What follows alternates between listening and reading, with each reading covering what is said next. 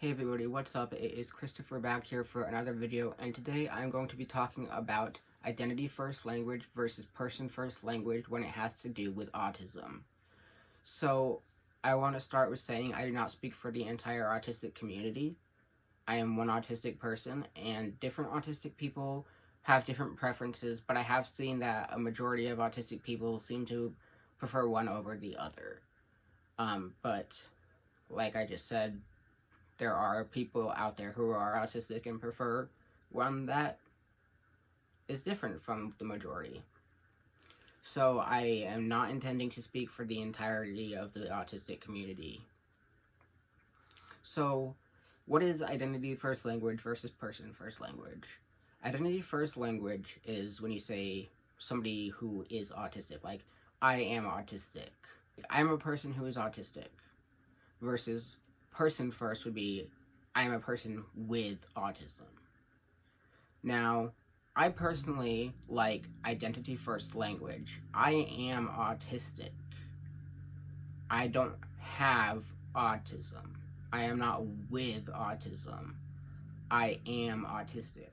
Because my brain is fully autistic. My neurotype is fully autistic. I cannot take my brain out and put it on the sidewalk and say, I am not autistic now, and go along with my day. Saying that I'm a person with autism assumes that I can go and put it down somewhere and go along and be fine. It assumes that I can just leave it be and that I would still be myself without autism. But here's the thing, I would not be who I am without autism, because being autistic is a core part of who I am, and taking autism away from me would take me away. It is an identity, hence identity first language.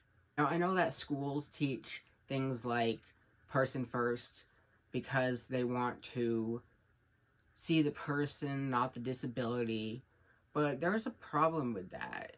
If you can't see that someone is already a person, so you have to say they're a person with to remind yourself, there's more of a problem with that. I think that needs to be addressed, where why do you not already know that they're a person?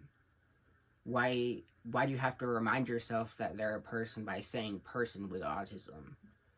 I think that is more what needs to be addressed. Saying a person with autism is like saying, I don't want to address that autism is part of their identity. I don't want autism to be part of their identity, so I'm not going to say that they are an autistic person. They have to be a person with autism because autism can't be their identity. And that's not okay. If the autistic community, if the majority of the autistic community is saying to use identity first language, calling us autistic people, then that is the language that should be used. And the only reason that you should ever change that language should be if an autistic person comes up to you and says, I prefer person first language. And then you would respect that and go off of what that person wants. But when the majority of the community is advocating for a specific set of language preferences, it is not for the neurotypical community out there to decide what language is used. It is up for the neurotypical community to respect what the autistic community is saying. So that's all I have today on identity versus person first language. And if you like this video, please give it a big thumbs up. Make sure you subscribe to my channel, share my videos, and I will talk to you another time.